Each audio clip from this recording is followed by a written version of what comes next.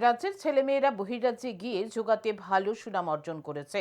রাজ্যের জিমন্যাস্টিকেও অনেক প্রতিভাবান খেলোয়াড় রয়েছে। মঙ্গলবার 69তম জাতীয় স্কুল গেমসের সমাপ্তি অনুষ্ঠানে একথা বললেন ক্রীড়ামন্ত্রী টিঙ্কু রায়।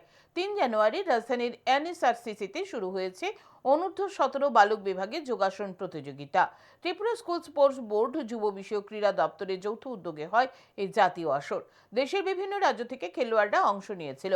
মঙ্গলবার হয় এর সমাপ্তি অনুষ্ঠানেতে উপস্থিত ছিলেন ক্রীড়ামন্ত্রী টিঙ্কু রায়, দপ্তরের সচিব PK চক্রবর্তী, অধিকর্তা ক্রীড়া পর্ষদের সচিব সহ অন্যান্যরা। এদিন অনুষ্ঠানে বিজয়ীদের হাতে অতিথিরা মেডেল তুলে দেন।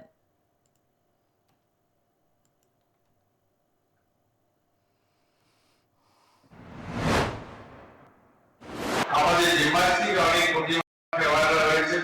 পুরো যারা আমরা তাদেরকে চিনি বা আমরা আমাদের রাজ্যের নাম উজ্জ্বল করেছি, এবং মন্টু দেবদাস বা কল্পনা দেবদাস বা আমাদের দীপার মতো যারা খেলোয়াড়রা গোটা দেশে গোটা বিদেশে অনেক জায়গায় তারা সুনাম অর্জন করে এসেছে।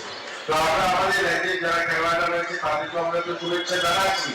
আর যারা গোটা দেশ থেকে যারা খেলোয়াড়রা এসে এখানে তাদেরকেও আমরা ধন্যবাদ জানাবো। তারা এই ঠান্ডার মধ্যে এই যে কটা দিন খেলা ছিল, এই বিশেষ ভাবে এই সময়টার মধ্যেই এত ঠান্ডা ত্রিপুরাতে সবসময় পড়ে না, কিন্তু এই খেলার সময়গুলো এই দিনগুলোতেই বেশি ঠান্ডা ছিল। এই ঠান্ডার মধ্যেও আমাদের ছেলেমেয়েরা যারা এসে তারা এখানে তারা ওই ঠান্ডার মধ্যে ছিল